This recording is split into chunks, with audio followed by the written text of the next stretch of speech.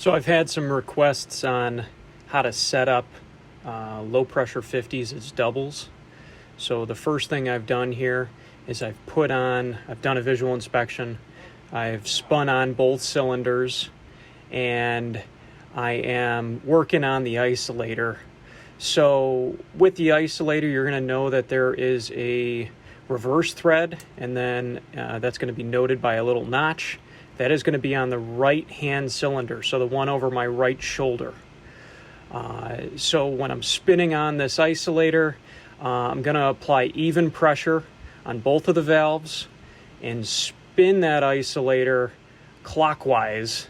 And I'm trying to achieve a time where both sides of the valves, the left and right valves, are catching really moments right after each other. So take your time to line this up so that you don't end up with one tank getting threaded or one valve getting threaded on a little bit more. So it may take you a try or two.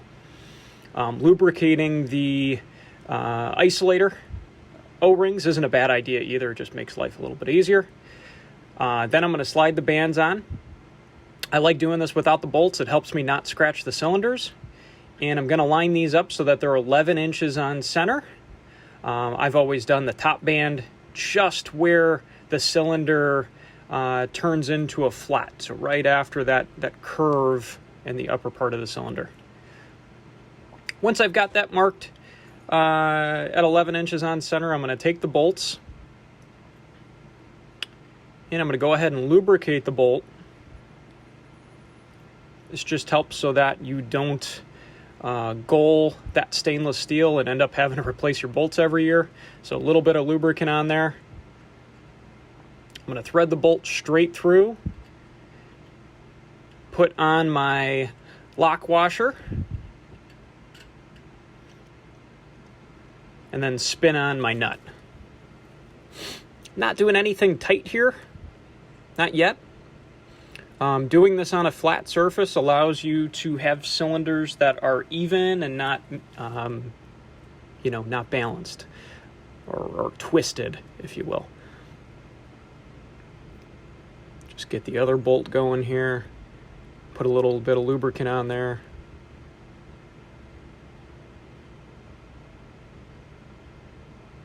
Pop that through, split washer or lock washer. And then toss your nut on. Now, one of the things I find is that people go way too tight when tightening up their bolts. You don't got to go crazy here, guys. Snug is plenty. Overdoing it is what ends up causing things to get gulled up and basically seized into place, and then you're, spending $15 the next year to replace those. So what we're trying to avoid is heat, so that's why we're lubricating them. Go nice and slow.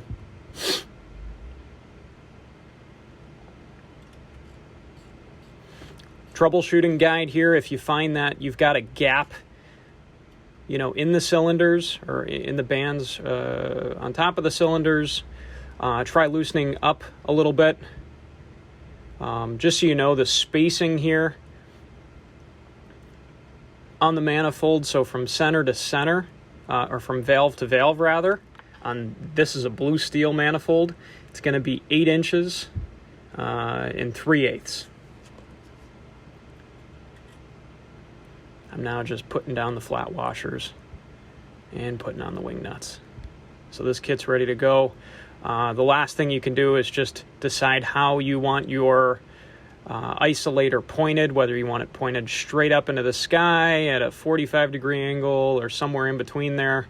Then you can go ahead and tighten that down with an adjustable wrench. Again, this measurement is 8 3/8. This measurement is 11 inches from center of bolt to center of bolt. Thanks for watching, guys.